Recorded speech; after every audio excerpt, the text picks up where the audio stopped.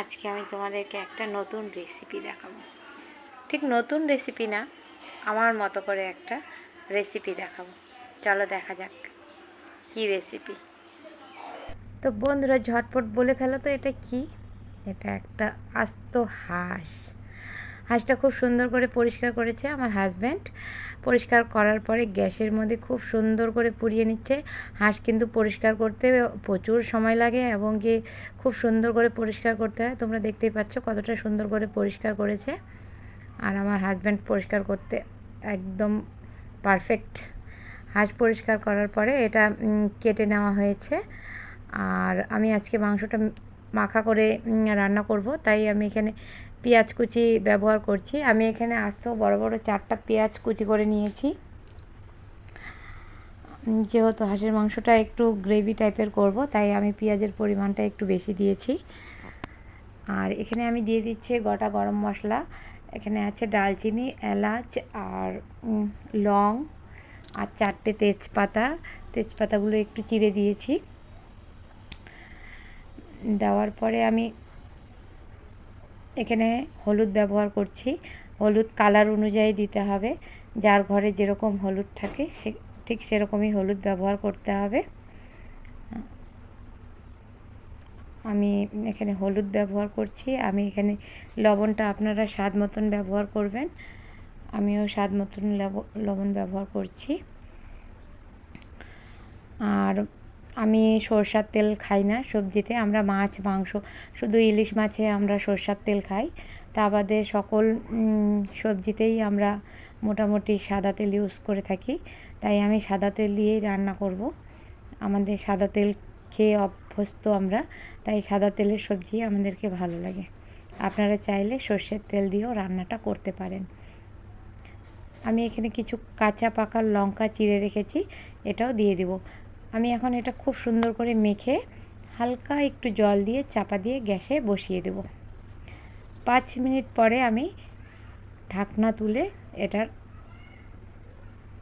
নেড়ে চেড়ে দেখছি।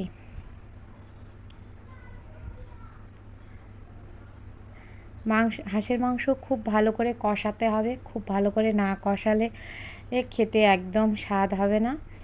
আর হাঁসের মাংসটা পুরোটাই রান্নার উপরে ডিপেন্ড করে কেমন টেস্ট হবে।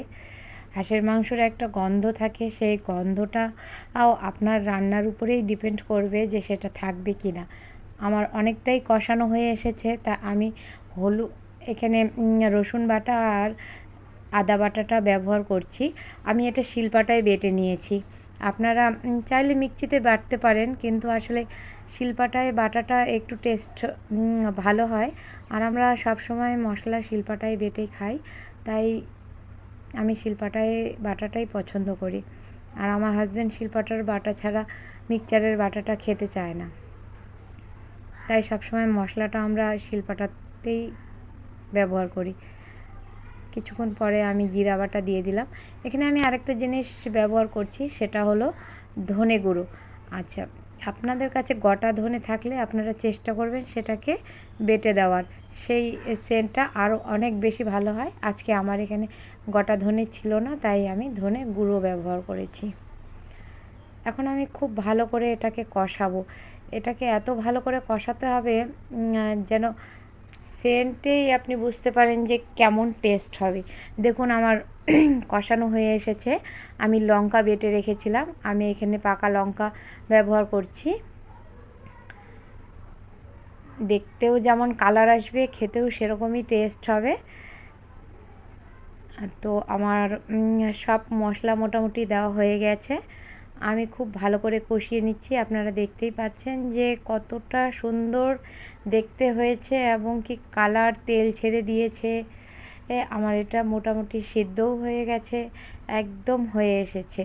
এই হয়ে আসাতে আমি এখানে অল্প একটু জল ব্যবহার করব, বেশি জল ব্যবহার করব না। আমি কিন্তু খুব একটা জল ব্যবহার করিনি, প্রথমেই একটু জল ইউজ করেছিলাম, এখন হালকা একটু জল দিয়ে আমি সামান্য পরিমাণ একটু জল দিয়ে আমি একটু লেবু চিপে দিলাম। লেবু চিপে দেওয়ার পরে আমি গরম মশলা দিয়ে নামিয়ে নেব। আমার রান্না মোটামুটি কমপ্লিট।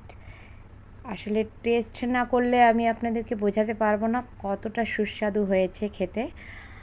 আর যারা বলে যে হাঁসের মাংস রান্না করলে কালো হয়ে যায়, হাঁসের মাংস গন্ধ করে, আসলে তাদেরকে বলবো যে আসলে রান্নাটা আপনার নিজের উপর ডিপেন্ড করবে। রান্নাটা যদি আপনি একটু মনোযোগ সহকারে একটু ভালো করে করেন, হাঁসের মাংসর মতন মাংসই হয় না, খুব টেস্টি হয় খেতে। দেখতেই পাচ্ছেন কালার দেখে কেমন হয়েছে খেতে, সত্যি অসাধারণ হয়েছে। লেবু আর হাঁসের মাংস দিয়েই ভাত খেলাম।